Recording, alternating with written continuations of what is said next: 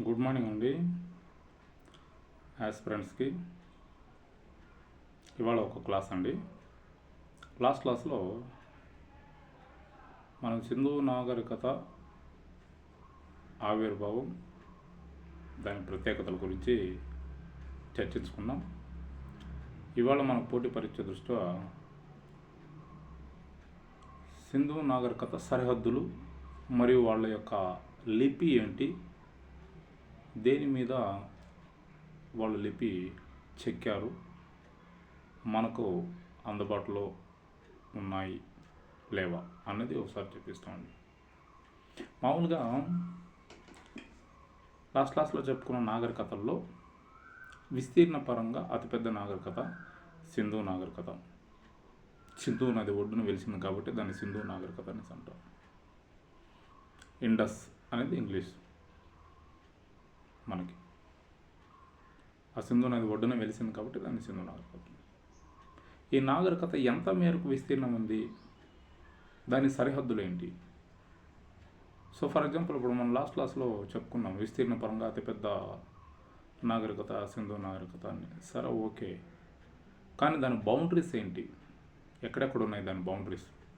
పోటీ పరీక్షలు మనకు బాగా అడిగారండి. సో ముందుగా మనం హద్దులు చూస్తాం, సరిహద్దులు చూద్దాం. సరిహద్దుల్లో మనకి సుమారు 13 లక్షల చదరపు కిలోమీటర్ల మేరకు విస్తరించింది సింధు నాగరికత. అందులో తూర్పున అలంగీర్పూర్ ఉత్తరప్రదేశ్లో ఉంటుందండి. ఈ ప్లేస్ని బాగా గుర్తుపెట్టుకోవాలండి. తూర్పున అలంగీర్పూర్ ఉత్తరప్రదేశ్లో ఉంది. అట్లే పశ్చిమాన సుక్తజండార్ గుజరాత్లో ఉందండి. ఆఫ్ఘనిస్తాన్ బార్డర్, గుజరాత్ ఆఫ్ఘనిస్తాన్ బార్డర్ సుక్తజండార్. అలాగే ఉత్తరాన జమ్మూ కాశ్మీర్లో మండా, సింధు నది ఉపనది అయిన సట్లజ్ నది ఒడ్డున ఉంది. దక్షిణాన దైమాబాద్, మహారాష్ట్రను దాటి వస్తుంది.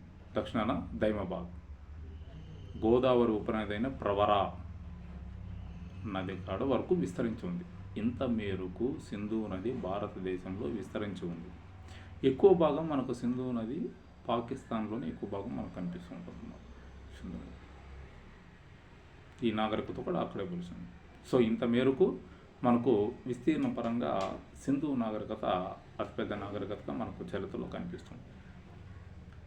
సరే, దీంట్లో మన పోటీ పరీక్షలు ఏంటి అంటే ప్రవరా నది అడిగారు ఏపీపీఎస్సీ వాళ్ళు, తూర్పున అలంగీర్పూర్ అడిగారు ఏపీపీఎస్సీ వాళ్ళు.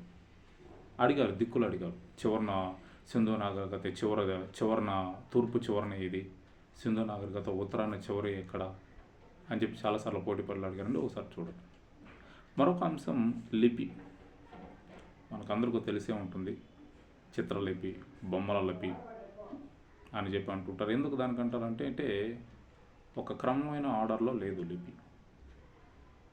ఇక్కడ దాకా బాగానే ఉంది. పైగా దాన్ని సర్పలేఖనం అనేసి అంటారని మనకు బాగా తెలుసు. ఏమని, కుడి నుంచి ఎడమకి, ఎడమ నుంచి కుడికి రాయడం అంటే సర్పలేఖనం అంటే పాము ఇలా బెండ్ అవుతుంటుంది కదా, అలా ఉంటుంది అని చెప్పేసి అన్నారు.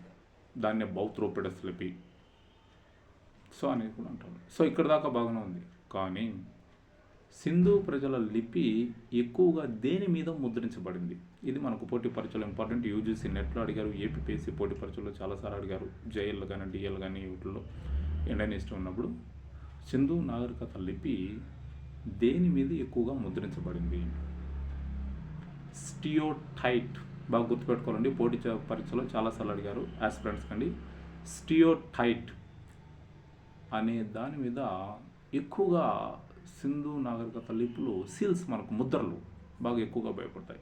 స్టియోటైట్ అనే స్టోన్ మీద మనకు ఎక్కువగా ముద్రలు బాగుపడతాయి. సుమారు 400 దాకా స్క్రిప్ట్ దొరికింది మనకు. ఇప్పటిదాకా కూడా చదవలేకపోతున్నారు, కరెక్ట్ ఇన్ఫర్మేషన్ దాన్ని ఇవ్వలేకపోతున్నారు. కొంతమంది ఏమో ఇదే అదే అంటున్నారు, కానీ క్లారిటీగా ఎక్కడ ఇన్ఫర్మేషన్ రాలేకపోతున్నారు.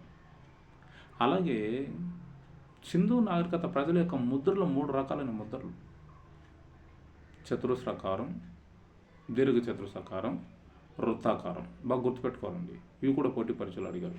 సింధు నాగరికత యొక్క ముద్రలు 3 రకాలకు ఎక్కువ కనిపిస్తున్నాయి: చతురస్రాకారం, దీర్ఘ చతురస్రాకారం, వృత్తాకారం. ఎక్కువ సంఖ్యలో బయలుపడిన ముద్రలు ఏమైనా ఉన్నాయంటే దీర్ఘ చతురస్రాకారం. మనకు పోటీ పరీక్షలు చాలాసార్లు అడిగాడు. ఎక్కువ సంఖ్యలో బయలుపడిన ముద్రకులు ఏదైనా ఉందంటే చతురస్రాకారం ముద్రకులు ఎక్కువ సంఖ్యలో బయటపడినాయి అన్నమాట. సో ఇవి మనకు పోటీ పరీక్షల్లో బాగా అడుగుతూ ఉంటారండి. వీటిని ఒకసారి చూడండి. అలాగే సింధు నాగరికత తవ్వకాలు జరిగినప్పుడు వివిధ ప్రాంతాలు బయటపడినాయి. ఆ తవ్వకాల్లో ఒక్కొక్క ప్రాంతం ఒక్కొక్క హైలైట్ని మనకు చూపించింది. మన పోటీ పరీక్షలో వెరీ ఇంపార్టెంట్, అందులో ఏమాత్రం సందేహం లేదు. ఒక్కొక్క ప్రాంతం ఒక్కొక్క హైలైట్ని చూపించింది. మొదటి ప్రాంతం ఏదంటే హరప్ప. అందుకనే దాన్ని హరప్ప నాగరికత అని కూడా అంటారు. లాస్ట్ క్లాస్లో మనం చెప్పుకున్నాం. 1921 జాన్ మార్షల్ ఆధ్వర్యంలో బైరం సహాని సో ఇది హరప్ప అని. దాని తర్వాత మొహంజదారో, లోతల్, కాలిబంగన్, చాన్హోదారో, సో ధోలావీరా, సో మనకి రాఖీగరి, ఇంకా పోతూ ప్రాంతాలు ఉంటాయి. ఒక్కొక్క ప్రాంతంలో ఏమేమి బయటపడినాం అన్నది మనకు పోటీ పరీక్షల దృష్ట్యా వెరీ ఇంపార్టెంట్ అండి. దీన్ని యాస్పిరెంట్ ఒకసారి చూడాలి. అలాగే సింధు నాగరికత ఆర్థిక విధానం ఎలా ఉంది, సాంఘిక విధానం ఎలా ఉంది, జీవన విధానం ఎలా ఉంది, మత పరిస్థితులు ఎలా ఉన్నాయి, రాజకీయ పరిస్థితులు ఎలా ఉన్నాయి, ఇంతకీ ఆ నాగరికత ఇప్పటికి ఉందా, అంతమైపోయిందా, ఆ ప్రజలు ఏమయ్యారు అక్కడ అన్నది ఒక్కొక్క వీడియోలో మనకి చర్చిస్తాం అన్నమాట. సో నెక్స్ట్ క్లాస్లో ఒకసారి చూద్దాం.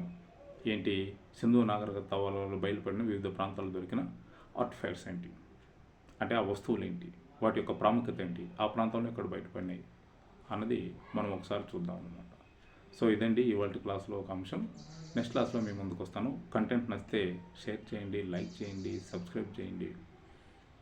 ఏదైనా తప్పు ఉంటే, మిస్టేక్ చెప్పింటే కామెంట్ రూపంలో తెలియజేయండి, నేను రెక్టిఫై చేస్తాను. సో నా సైడ్ తప్పు ఉన్నా కూడా నేను రెక్టిఫై చేసుకుంటాను. నాకు అలాంటివి ఏం లేదండి. జస్ట్ యాస్పిరెంట్స్, ఎందుకంటే మనం ఉన్నది క్లారిటీగా చెప్పాలి.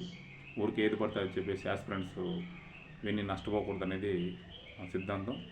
ఒకసారి చూడండి. నెక్స్ట్ వీడియోలో మళ్ళీ మీ ముందుకు వస్తాను. Thank you.